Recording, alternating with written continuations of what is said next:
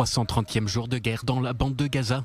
L'armée israélienne y continue ses opérations. Sur ces images, les forces de réserve de la 252e division sont en action dans la ville de Gaza. Une frappe aérienne a eu lieu ce samedi contre un bâtiment. Les forces israéliennes y ont repéré un terroriste travaillant à la pose d'engins explosifs. L'endroit se trouvait à côté d'une position investie par Tsahal.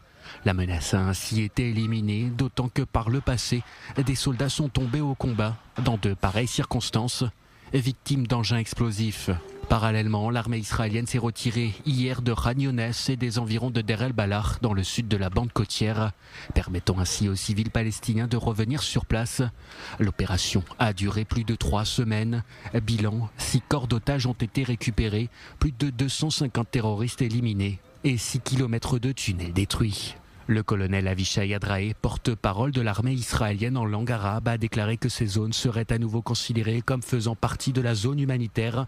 C'est la 3e fois que Tsahal revient à Khan Younes depuis sa première offensive terrestre en début d'année. Non loin de là, à Rafah, l'armée israélienne affirme que la brigade locale du Hamas a été détruite. Composée de 4 bataillons distincts et considérée comme l'un des derniers bastions du groupe terroriste dans la bande de Gaza, jusqu'à ce que la 162e division de Tsahal lance son offensive dans cette zone en mai dernier.